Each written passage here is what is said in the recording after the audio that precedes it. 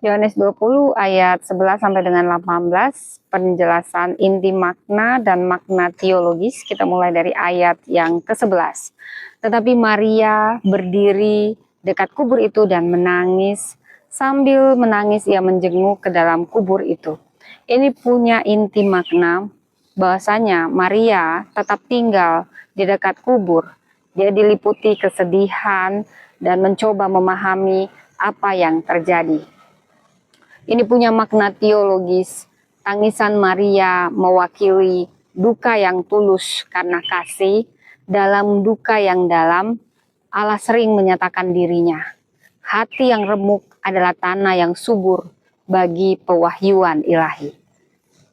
Yohanes 20 ayat 12, dan tampaklah kepadanya dua malaikat berpakaian putih, yang seorang duduk di sebelah kanan dan yang lain di sebelah kaki di tempat mayat Yesus terbaring.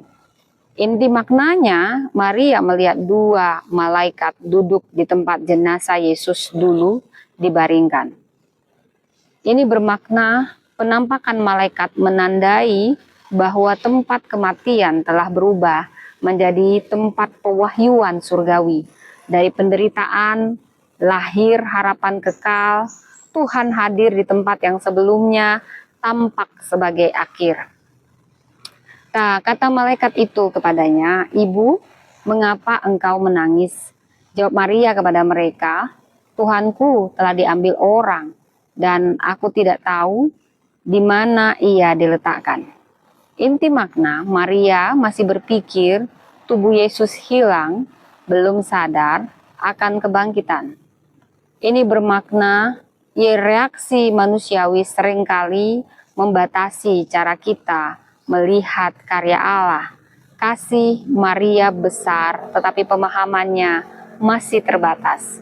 Namun Tuhan tetap menyambut kasih yang belum sempurna itu. Di ayat 14, sesudah berkata demikian, menoleh ke belakang dan melihat Yesus berdiri di situ, tetapi ia tidak tahu bahwa itu adalah Yesus. Inti maknanya, Maria melihat Yesus tetapi tidak langsung mengenalinya. Ini bermakna kita seringkali gagal mengenali kehadiran Yesus saat hati kita dipenuhi oleh kesedihan. Kehadiran Tuhan kadang tersembunyi di balik air mata dan asumsi kita.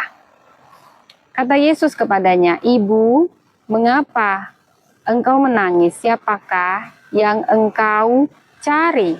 Maria menyangka orang itu adalah penunggu taman.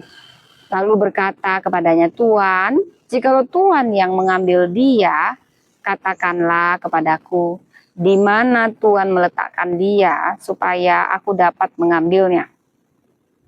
Inti makna, Yesus berbicara tetapi Maria masih belum mengenalinya dan mengira dia penjaga taman. Ini punya makna teologis. Perjumpaan dengan Kristus bisa sangat personal, namun tetap tersembunyi sampai dia sendiri menyatakan diri. Panggilan Yesus penuh kasih dan menembus duka yang membutakan iman.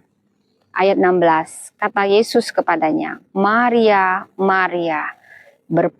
Maria berpaling dan berkata kepadanya dalam bahasa Ibrani, "Rabuni," artinya guru.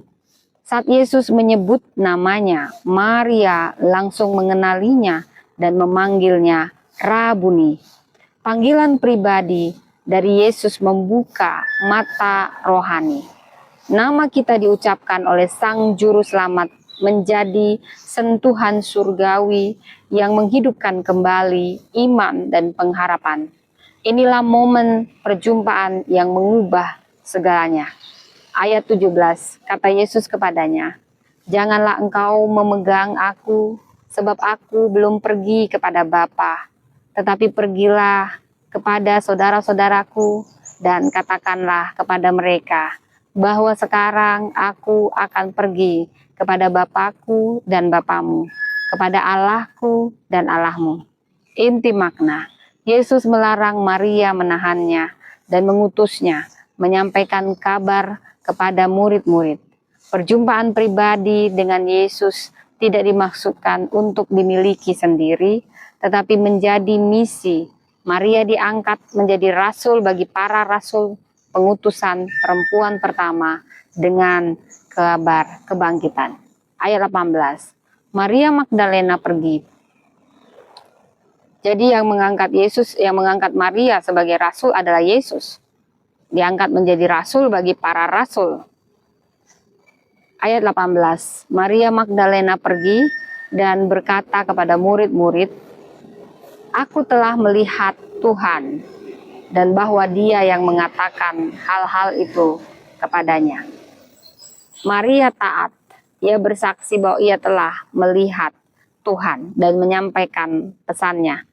Kesaksian yang lahir dari perjumpaan pribadi adalah dasar pemberitaan Injil. Maria adalah simbol umat percaya yang tersentuh, terpanggil, dan diutus. Demikianlah firman Tuhan.